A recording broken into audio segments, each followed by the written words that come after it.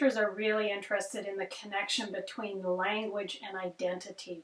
And the research they've conducted so far shows that there really is a very strong connection between our language use and our language choices and our identity. So in this session, we're going to take a look at this connection and what's been established so far, and also what questions still remain when it comes to language and identity.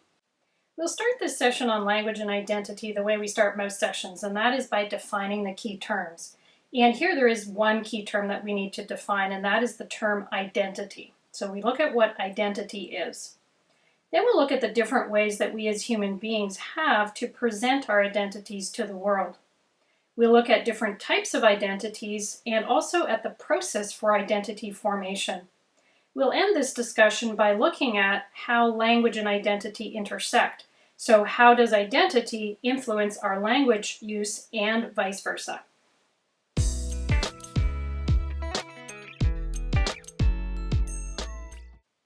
Let's start by taking a look at the definition of identity. As with any key concept, there are a lot of different ways to define this term. The simplest way, simply our identity, is what we choose to portray to the world outside ourselves. So how do we want other people to see us? However, we can dig a little bit more deeply, and there's a lot of different, decisions or different ways that we can portray our identity, or different aspects of our identity. Probably aspects is the best word here. So our identity is composed of things like our age, our gender, our social class, our profession or our line of work, our level of education, our religion, where we live, and our values and beliefs. All of these different pieces contribute to the overall identity that we show to the world. There are a few different aspects of identity that we need to explore as well.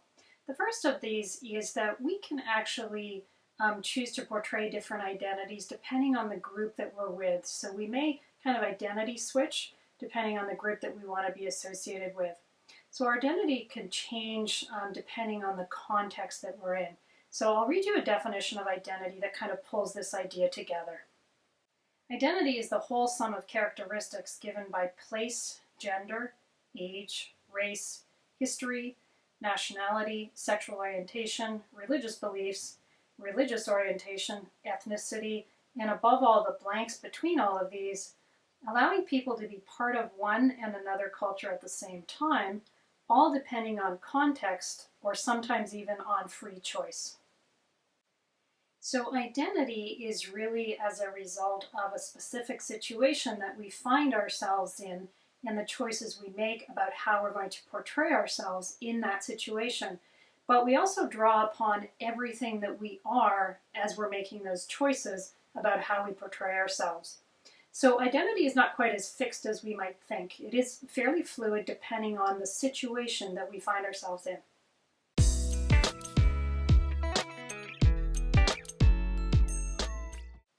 We have a lot of different tools available to us as human beings for portraying ourselves to the world or portraying our identities to the world. And if you just take a few minutes and people watch, so take a look at the people around you, you'll start to see some of the choices that these people have made.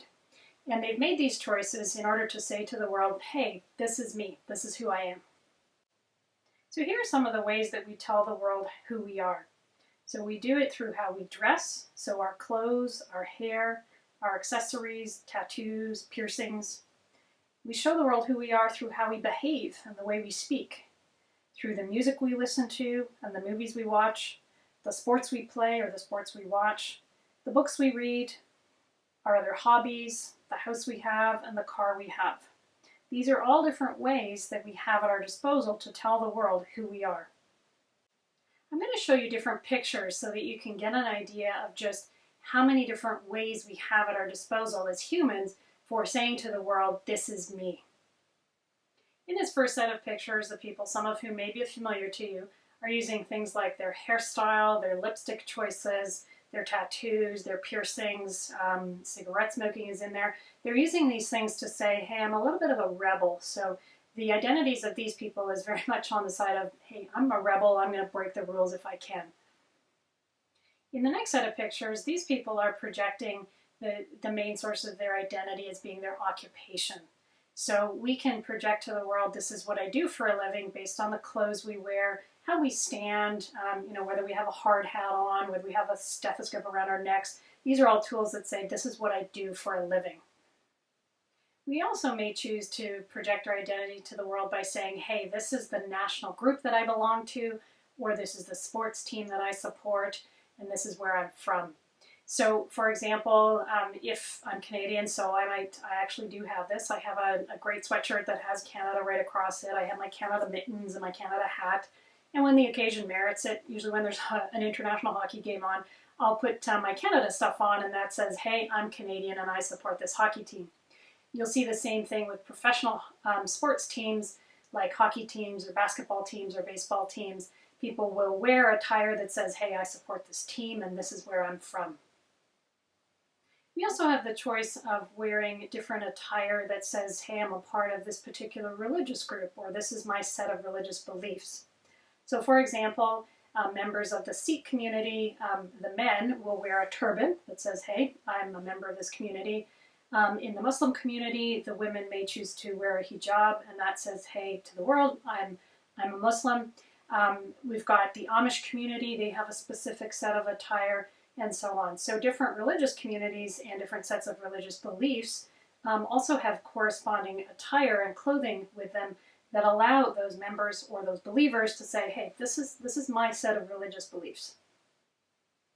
We can also choose to make our ethnic background or where we're from, so our heritage, apparent by how we dress as part of our identity. So if I come from Japan, for example, I could wear a kimono. If I come from the Indian subcontinent, I could choose to wear a sari, and so on. So demonstrating our ethnic background or heritage to the world at large is another identity choice that we have. It's actually really fun to see kids play with their identity and try and figure out who they are. So, the classic is we'll have a little girl, she'll be into princesses or she'll be into ballerinas, and so, she'll want to wear a tutu or a princess costume. And then these are total stereotypes in terms of gender, by the way, but they do illustrate the fact. We might have boys who want to wear a specific superhero costume like Spider-Man or Superman or so on. So we can watch kids and kind of see the identity choices they start to make through their choices in terms of costumes that they wear or clothes that they choose. So it's really fun to see this develop as kids grow and try on different identities.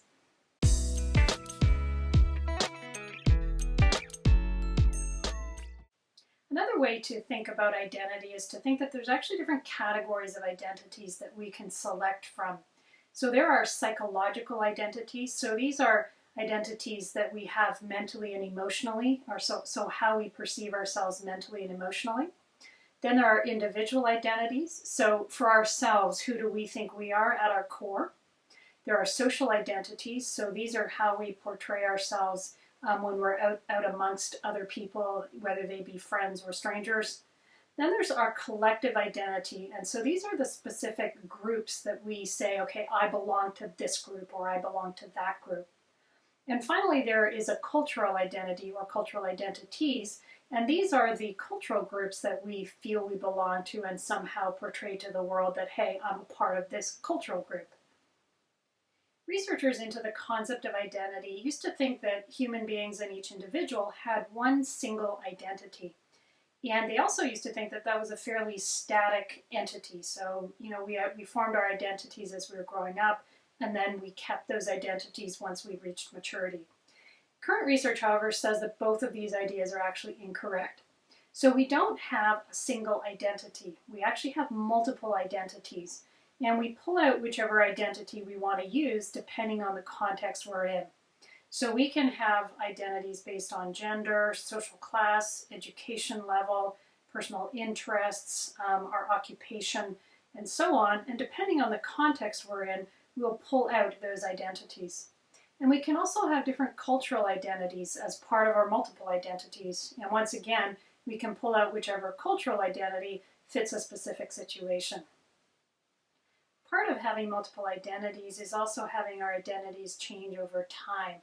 So as time goes on and we have different experiences, so for example, as we live in different cultural groups, or we have different occupations, or we go through other life changes, such as getting married and having kids, we add identities to our overall collective group of multiple identities. Central to the idea of multiple identities is the idea that we tap into different identities depending on the situations that we're in. So identity really is very situation dependent. I can't stress that enough.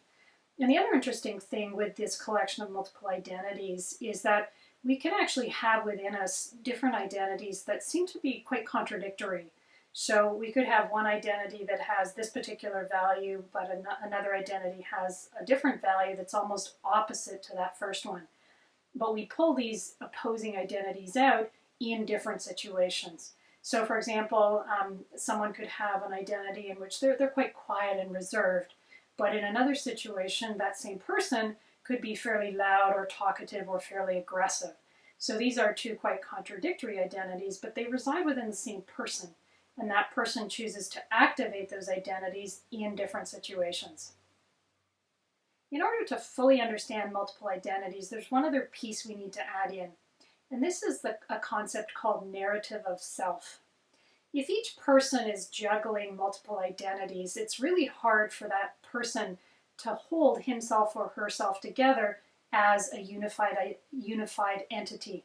So if you've got all these different identities going on in you, how do you really hold yourself together and say, at my very core, this is who I am? And so researchers came up with this concept of narrative of self, sorry. And narrative of self is kind of a story that we tell ourselves internally that helps us connect all of these multiple identities and hold them together in that unified whole. And the narrative of self really is the story of our lives. It's the story of all of the experiences we've gone through that have enabled us to form these different identities that we can tap into. There's another way that we can look at identity that adds another layer to this concept of multiple identities. And this is the idea that we have a primary identity and then multiple situational identities. So our primary identity is who we are at the core. This is our primary self. So this is our set of values and beliefs and experiences that we really feel define us as an individual. And this is an identity that actually doesn't change very much over time. Okay, so this is our most stable identity, and it's the one we always go back to. So that's the primary identity. Then around this primary identity, we have situational identities. And these are identities that we pull out depending upon the context we're in. And we make our choices depending on a lot of things. So we've got covert and overt prestige factoring in there. So do we want to belong to a standard group, or do we want to belong to an outsider group? So there's in-group and out-group going on there as well. Do we want the people we're with to save face in a particular way? So I'm going to pull out this specific identity to allow that to happen. So there's a lot of relational choices that go into our selection of situational identities. We really make our situational identity choices based on the people we're with and the context we're in and the nature of those relationships.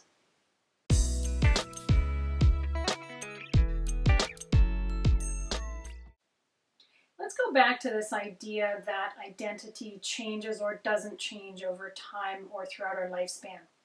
As I mentioned, researchers used to believe that once we reached adulthood, that was it. Our identity was kind of set in stone and nothing was going to change it. Researchers now believe that identity is a much more dynamic entity, and it's changing. And it changes throughout our lifetime as we go through different life experiences and as we have different types of relationships with the people in our lives. So identity is now seen as an ongoing process and a lifetime process. So we are going to keep changing and bringing on new identities throughout our entire lifetimes.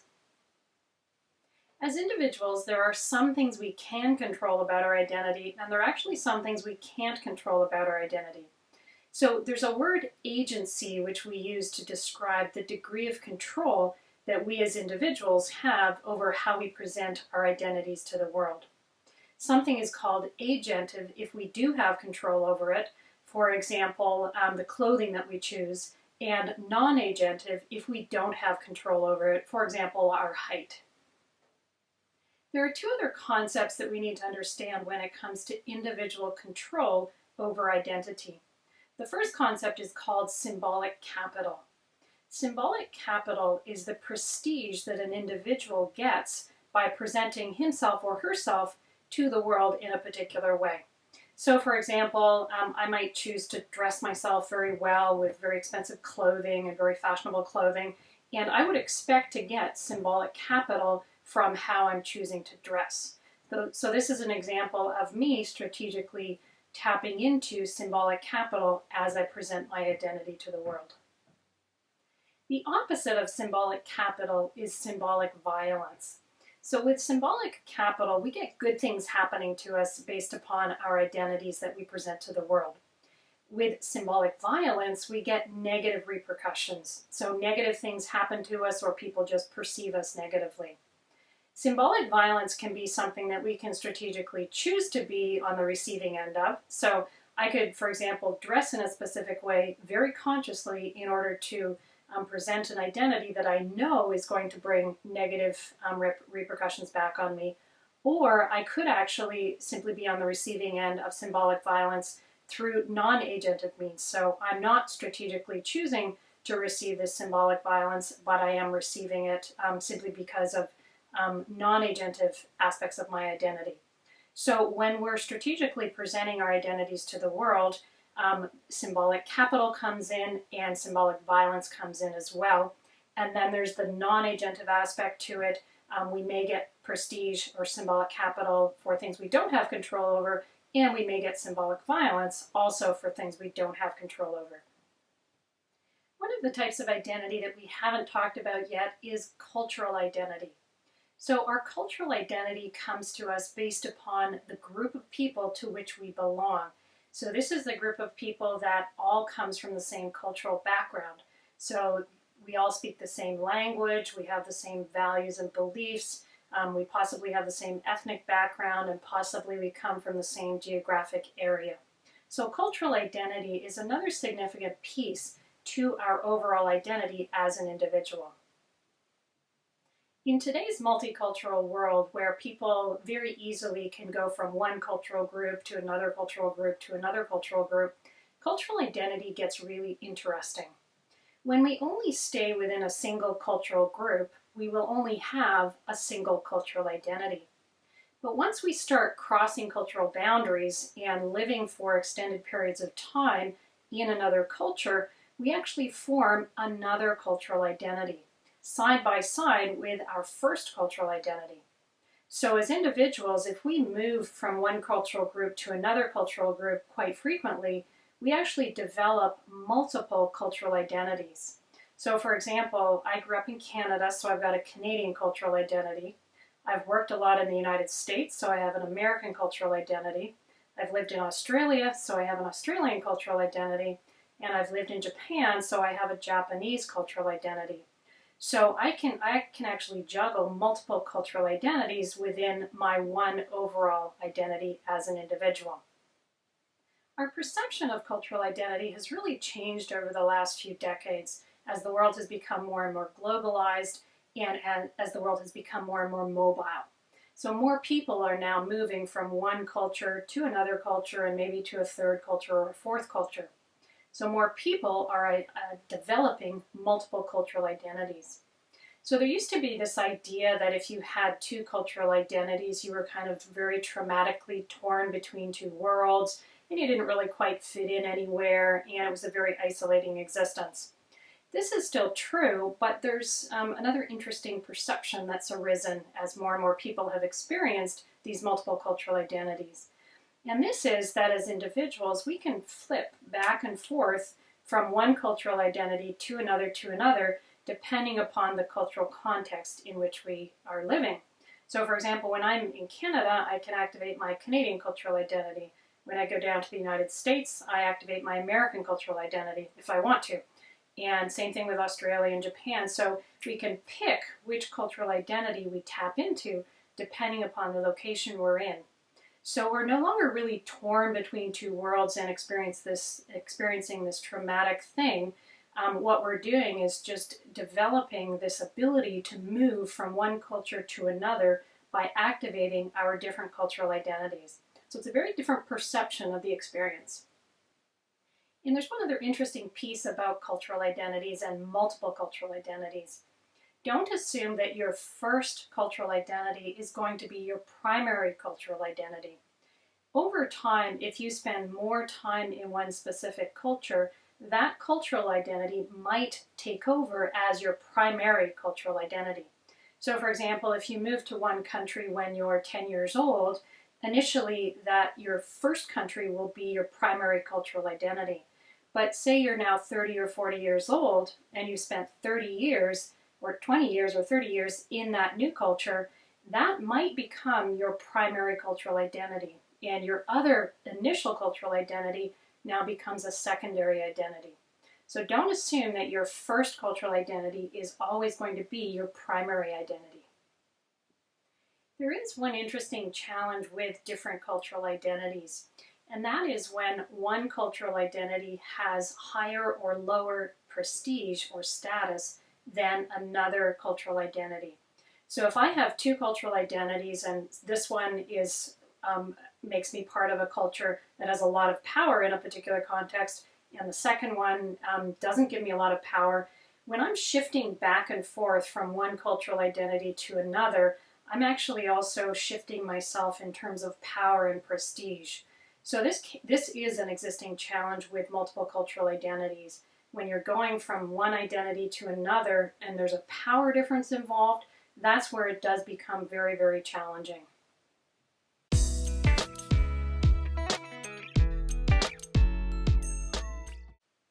Now that we've looked at what identity is and some of the different types of identities, let's take a look at the relationship between language and identity. It's a really interesting relationship, and it's multi-layered. On the very surface of this relationship, we use language as a tool to project our identities out into the world, just like we use our clothing and our jewelry and so on. We can do this very strategically and consciously, or we can also do it very subconsciously. So language is a tool to project identity. But it's much more than that. Language is what allows us internally to shape our identities. So we select both consciously and subconsciously certain words to describe ourselves as we internally form our identities. So there's a surface layer to the relationship, and then there's also an internal subsurface layer to the relationship. There's another way that we can look at this language and identity relationship, and that is to break it into the language we use to talk about identity. So what are the words and structures we use when we're talking about our own identity and others' identities? And then we can look at the words or the language we use to project our own identity. So let's take a look at these two ways to look at that language-identity relationship. When it comes to the language we use to talk about identity, there's 4 categories that are really interesting. There are more than these 4 categories, but we'll just focus on these 4. So these are group labeling, naming, making introductions, and some grammatical structures. Let's take a look at each one of these in turn. Group labeling is really important because part of our identity, or part of the language we use to talk about our identity, is language that identifies us as either part of a group or not part of a group. So we call this in-group and out-group. So it is the I and we versus you and them. Okay, so there's this us versus them labeling going on. In other languages, we have words that very clearly say, okay, you're out there. So in Japan, for example, the word for someone who's not Japanese is gaijin. It's a short form for gaikokujin, but gaijin means outsider. So you're outside of the main group. So group labeling is something that we use to say, okay, I'm part of this group and you are part of this group, or I am not part of this group and you are not part of this group. So in-group and out-group. There is another dimension to this whole concept of group labeling in order to signal, yes, you're part of a group or not part of a group. We use terms to say, okay, this is this group and this is this group. And the different terms that we use may or may not have positive or negative prestige associated with them. So for example, we might use the term Canadians and Americans and Europeans and so on. And, you know, depending on who's using them, there may be positive or negative connotations with those labels.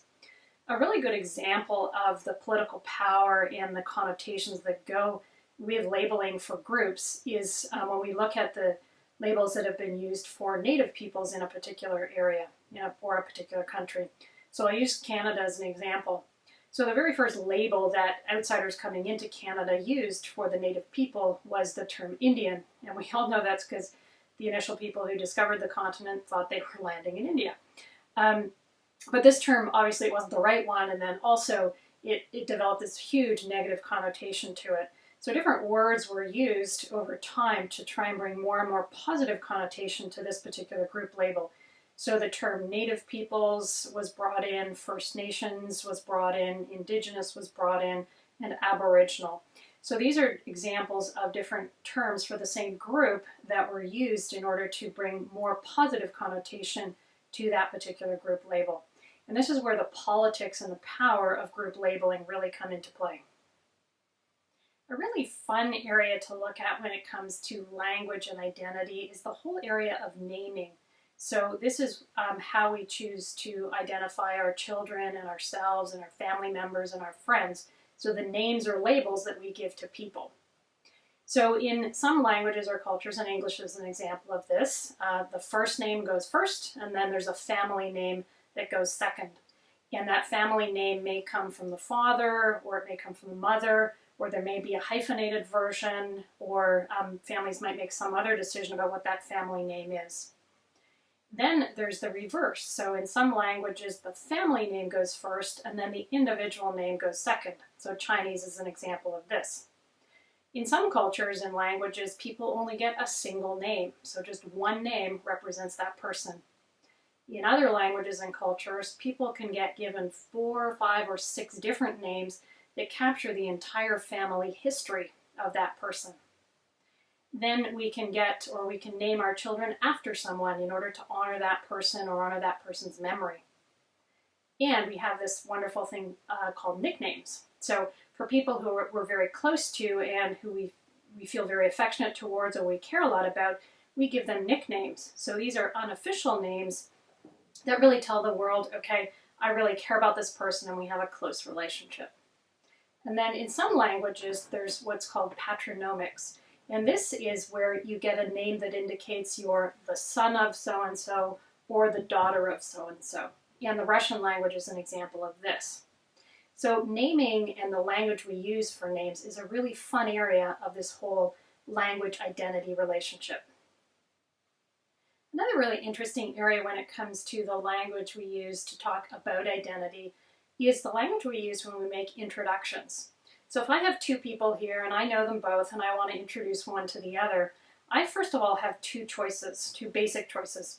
I can do what's called a symmetrical introduction, and that tells both of these 2 people that they are equal in terms of power. So if I say, Bob, this is Alice, Alice, this is Bob, I'm using their first names in both cases. So I'm telling both of them, you both have the same amount of power.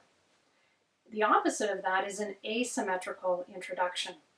If one of them has more power than the other, I'm going to put a title in front of that person's name and use their last name, but not for the other person.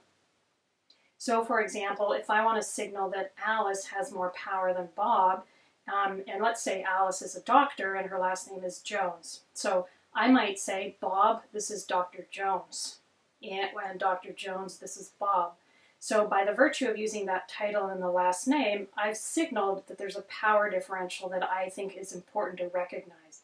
So that's an example of an asymmetrical introduction. So when I'm making introductions, I can signal who has power and who doesn't. And I can also signal the power relationship between myself and the other people. So if I use first names, I'm pretty much signaling that all 3 of us, we're all on the same power level. But if I use titles and last names for the 2 people that I'm introducing, I'm probably putting them above me in terms of power.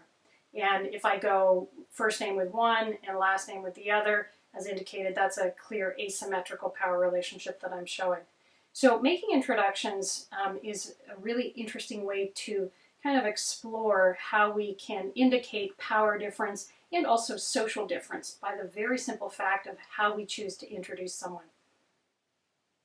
There are also a few grammatical form choices that we have in order to talk about identity and to signal a power relationship as well. So some clear ones are what we call vocative forms. So these are words that I use just to call out to someone and get their attention and say, hey, look over here. So I might, if I think that there's no power difference between myself and someone, I might call out their first name. I might say, hey, Bob. Okay, so I'm saying we're on the same power level. If I think the person is higher, I might say, Mr. Jones, over here. So that is saying, okay, I think Mr. Jones is above me. If Bob happens to be a little kid, I might say, hey, kid, come on over here, or hey, you, come on over here. So how I choose to call out to somebody also very clearly indicates how I'm perceiving their identity in relationship to my identity.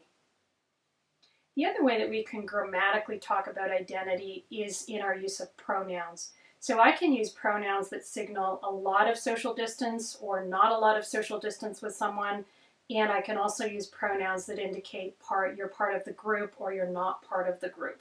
Okay? So pronoun use is another grammatical structure that we've got at our disposal to talk about identity. Now let's take a look at the language choices we have as an individual when we're using language as a tool to project ourselves out to the world. So we've just looked at language we use to talk about identity. Now let's take a look at language we strategically use ourselves in order to project a particular identity out there. And there's three main choices we have when we're looking at the language we use. So the first choice are what we call the style choice. Then there's a dialect or idiolect choice, and then there's the actual language choice. So let's take a look at each of these three language use choices we have when we're using language as a tool to project our identities out to the world. Style is the first language use choice that we have when it comes to projecting our identity out to the world. And with style, we're basically choosing, okay, am I going to speak very informally and casually, or am I going to speak very formally? Am I going to use a lot of slang or not use a lot of slang? Will I use longer words or shorter words? So how formally or informally do I want to present myself to the world? So we have this concept called style shifting. And this means that as a speaker, I'm very consciously choosing in this situation, I'm going to speak informally, and in this situation, I'm going to speak formally. So I'm style switching according to how I want to be perceived. There's three terms that allow us to really see the style shifting choices that we have. The first one is the term convergence. And convergence means that I am very consciously and very strategically attuning my particular style of language use to the group so that I can fit in with that group.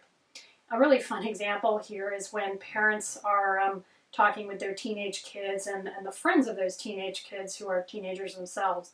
So the parents might strategically converge their language or their style in order to say, hey, I'm cool and I'm one of this group of teenagers. And the teenagers, of course, are sitting there cringing that their parents are choosing to do this. But that's a really fun example of convergence where the parent is strategically choosing to adopt the teenage style of communication to say, hey, I'm cool, and or they might strategically do it just to embarrass their teenage child. So that's an example of convergence. Another choice we have when it comes to style shifting is called linguistic maintenance. And with linguistic maintenance, I consciously choose to maintain my particular communication style or language use style in order to say, hey, I'm not a part of this group. And I'll use another teenage example. A teenager may be sitting down at a big family dinner, so all the relatives are there, maybe celebrating Thanksgiving or something. And the teenager very consciously chooses to continue to use teenage language at this dinner to say, hey, I'm not part of this family, okay? And my language says I'm not part of this family. So that's a fun example of linguistic maintenance. An extreme version of linguistic maintenance is linguistic divergence. And with linguistic divergence, the speaker chooses not just to maintain his or her style, but to exaggerate it, to not just say, I'm not part of this group, but I'm really not part of this group. So linguistic divergence is the extreme example of linguistic maintenance. Another choice we have when it comes to using language as a tool to project our identities out into the world is a choice of what dialect and or which idiolect we're going to use when we speak. So dialects, if you recall, are versions of a standard language. So for example, there are different dialects of English, different dialects of French, and so on.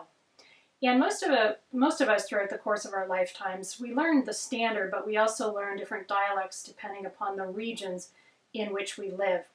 So one of our choices when we speak is, are we going to use the standard or are we going to use one of these dialects that we know? And we make our choices based on, whether we want to be perceived as being part of the group or being different from the group. So dialect is another choice we have there. And then we have this choice of idiolect. Idiolect is a very unique personal use of language that we develop over time. So we all have our favorite words, our favorite expressions that we like to use, and these are part of our idiolect. And when we use our idiolect very consciously, we're very consciously saying, hey, this is me, and this is my unique way of communicating. Our idiolect may also be used subconsciously, so we're not really aware of it, but people who listen to us know, okay, that's Diane's favorite word, or that's Diane's favorite expression. I like to tease my mom because I tell her she has a mom dictionary because she's got this whole list of words that she really likes to use, and some of them are quite fun. So that's part of her idiolect. And so with our idiolect, we're making either a very conscious or a very subconscious choice that, you know what, these are my favorite words and this is how I like to speak as an individual. So this is another choice we have when it comes to language and identity, our idiolect. There are a couple of interesting concepts that we can add to this discussion of dialect and idiolect use when it comes to language and identity. The first of these is the concept of dialect leveling. So if I grow up in an area and I learn to speak a specific dialect, but then I want to interact with people who speak perhaps a standard language or a different dialect, I can very consciously learn what's called dialect leveling. So I learn the standard, for example, in order to not use that dialect, and in order to be perceived as being part of the group that uses the standard language. A really good example of dialect leveling in action is the movie and the play My Fair Lady. In this movie or this storyline, a linguistics professor helps someone who has a specific dialect learn the standard and therefore change how she is perceived in the world and change the identity that she projects into the world. So dialect leveling is actually done very consciously. So you learn usually a standard in order to be perceived as a standard language speaker as opposed to a dialect speaker. Dialect leveling focuses on all aspects of a language, so it's pronunciation, vocabulary, grammar, and discourse. But there is a very conscious language change that we can also make that just focuses on the pronunciation side of things, and this is accent reduction. So a speaker may very consciously choose to learn how to say it or to use a specific language with what he or she considers to be native pronunciation. So this person will very consciously work only on the pronunciation piece of language use in order to acquire a certain accent. So we have dialect leveling, which covers a very conscious change in the complete use of language, and then accent reduction, which really just focuses on the pronunciation side of things. So these are two conscious choices that a speaker may make in order to change his or her identity and how he or she is perceived by those around them. There are two other concepts that I just want to briefly discuss before we wrap up the session on language and identity. The first concept is the concept of multiple language identities. So we've already talked about the fact that we can have multiple cultural identities. So I can have cultural identity number 1, 2, and 3. We can do the same thing with language. So we can have multiple language identities depending upon our language choices and our language use. So I can have language identity number 1, number 2, number 3, and so on. And these language identities can be with completely separate languages. So I can have a French language identity and a Spanish language identity, or they can actually be with different dialects. So I can have my dialect language identity and then my standard language identity and then maybe another language identity. So just as we can switch between different cultural identities, we can also switch between different language identities. There's one final concept that's really interesting when it comes to language and identity. So we've already looked at the idea that when we learn new languages or new dialects, we add new language identities to who we are as a person. But the opposite also happens. When we lose a language because we don't use it enough, we actually lose the identity that goes with that language. And this can actually be just as challenging as adding an identity. So losing a language identity when we lose the ability to speak a particular language, it can actually be, I guess sad is probably the best word to use, but it can actually be very challenging because a little piece of us is kind of being lost as we lose that ability to speak the language.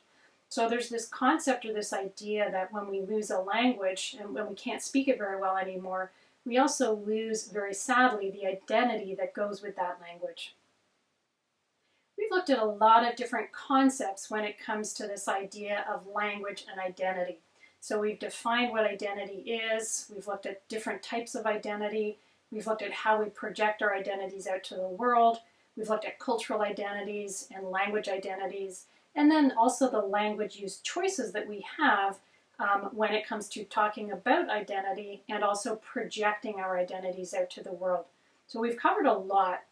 What I'd like you to do is take all of these concepts and apply them to yourself and your own identity. So which identities do you have? Which cultural identities and which linguistic identities? And then for fun, take a little bit of time to analyze your language use. So how do you talk about identity, and then how do you use language to project your identity out to the world? This is a really fun way to just pull together all of the language and identity concepts that we've looked at.